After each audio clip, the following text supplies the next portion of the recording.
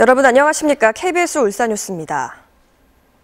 일요일인 오늘 울산은 기상대 기준으로 19.4mm의 비가 내렸습니다.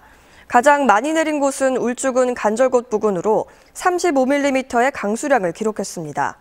오늘 아침 최저기온은 7.8도를 기록했고 낮 기온은 9.2도에 그쳤습니다. 월요일인 내일은 구름이 많겠고 아침 최저기온은 5도, 낮 최고기온은 15도로 예상돼 평년보다 2도가량 높겠습니다. 내일 바다의 물결은 1에서 4m로 먼바다에서 높게 일겠습니다. 울산기상대는 다음 주 낮 기온이 영상 15도 안팎으로 평년보다 높을 것으로 전망했습니다. 울산시가 수소산업 활성화를 위해 부생수소를 활용한 두 번째 수소타운을 조성합니다. 내년에 국비 등 120억 원을 확보해 10월쯤 조성할 계획입니다. 박중관 기자입니다.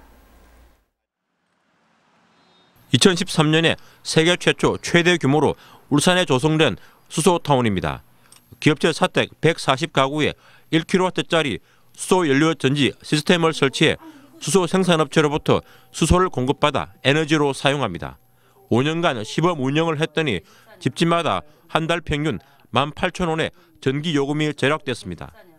연간 150톤가량이던 이산화탄소 배출도 제로가 됐습니다. 첫 사업이 성공적이었다고 판단한 울산시가 두 번째 수소타운을 조성합니다. 원격 제어 등 ICT 기술을 접목한 제2수소타운을 건립하여 미래 수소사회의 모습을 보여드릴 것입니다. 1차 사업 때보다 규모는 훨씬 커집니다.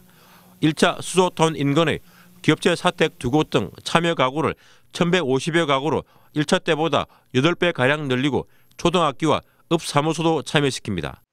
내년에 국비 84억 원을 확보하고 시비 등을 보태 120억 원으로 사업을 진행합니다.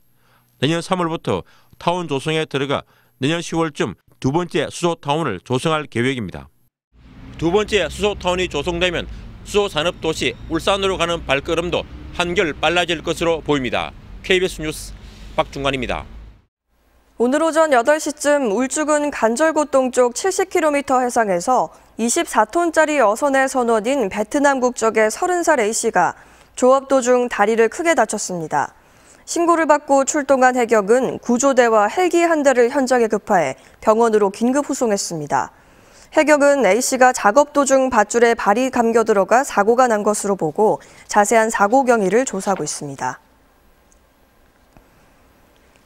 오늘 낮 12시 10분쯤 울주군 청량읍의 농산물 저장 창고에서 불이 나 내부 집기류와 샌드위치 패널로 된 건물 전체를 태워 소방추산 1,000만 원 상당의 재산 피해를 내고 30여 분 만에 꺼졌습니다.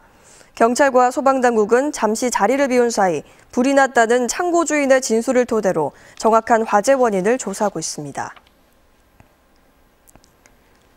어젯밤 11시 40분쯤 울주군 삼남면의 금속 제조 공장 컨테이너 숙소 2층에서 불이 나 소방추산 140만 원 상당의 재산 피해를 내고 10여 분 만에 꺼졌습니다. 당시 숙소에는 사람이 없어 인명피해는 없었습니다.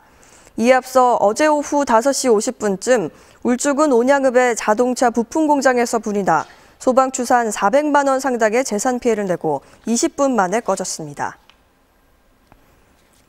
다음 달부터 단독주택 거주자는 재활용품을 배출할 경우 비닐류와 비닐류 외 재활용품으로 구분해 배출해야 합니다.